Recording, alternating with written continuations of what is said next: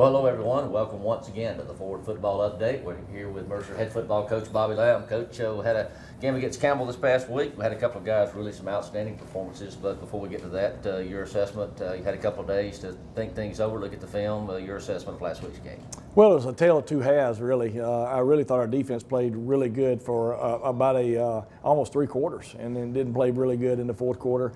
On the flip side, the offense didn't do much in the first half, but in the second half really came alive and made some plays. So, one of these games we're going to put it all together, and hopefully it's going to be this week. All right, Coach, a couple of guys we've got to talk about. Let's talk about DeAndre Johnson, 13 carries, 177 yards, 13.6 yard average. We see it every day in practice, and finally everybody got to see him on display. The great thing about DeAndre, he's a walk-on. He walked on this program a year ago, and then earned a scholarship. And he's Tyree's backup. But we tried to get him some carries, but then once Tyree went down, he took the full load, and boy, is he exciting to watch. Now, having said that, moving forward, from a fan's perspective, we're probably all saying, can we get the ball to him more? But sticking within the scheme of things, is that a possibility now that he's shown what he can do? Well, you'll see him a lot more in our offense. People don't really realize this, but Tyree didn't practice like for 2 weeks because of a bad ankle. Now, I think it's getting a little bit better, but certainly you'll see a lot more DeAndre Johnson, and he's a weapon in the return game and in the backfield. Absolutely. All right, moving ahead, Chattanooga.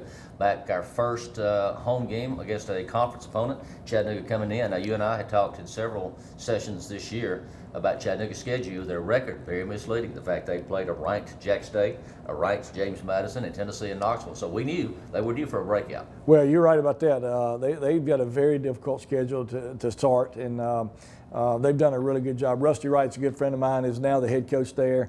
He was on the staff there with Russ Huthman when they had a lot of success several years back.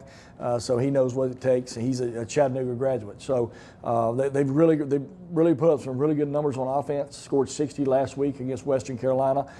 So they've got a great combination of run game, pass game, and then defensively they've got some guys that can really run to the ball. Coach, what are the top priorities this Mercer football team has worked on in preparation of Chattanooga? Well, we've got to go back to the drawing board a little bit.